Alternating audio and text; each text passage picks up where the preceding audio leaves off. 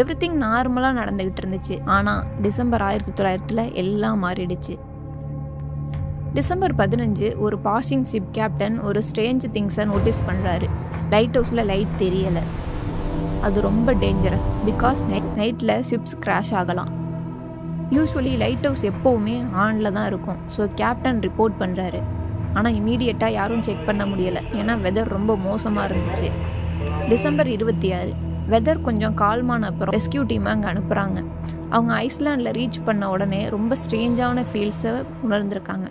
Normally light ஹவுஸில் யாராவது welcome பண்ணுவாங்க. ஆனால் இங்கே சைலன்ஸ் மட்டும்தான் இருந்திருக்கு. டோர் ஓப்பனாக இருந்துச்சு. அவங்க இன்சைட் போனாங்க. எவ்ரிதிங் நார்மலாக இருந்துச்சு. கிச்சனில் ஃபுட் அன்டச்சுடு. சேர் டேபிள்லாம் ஆடி இருந்துச்சு. ஒரு கோட் மிஸ்ஸிங். 2 கோட் இருந்துச்சு. இது என்ன அர்த்தம்னா ஒருத்தர் கோட் இல்லாமல் வெளியே போயிருக்காரு. மோஸ்ட் ஷாக்கிங், அங்கே இருந்த 3 பேர் யாருமே இல்லை. இந்த மிஸ்ட்ரியோட ஃபுல் வீடியோ நம்ம சேனலில் இருக்குது. டிஸ்கிரிப்ஷன்லேயே லிங்க் கொடுத்துருக்கேன். மறக்காமல் போய் பாருங்கள்.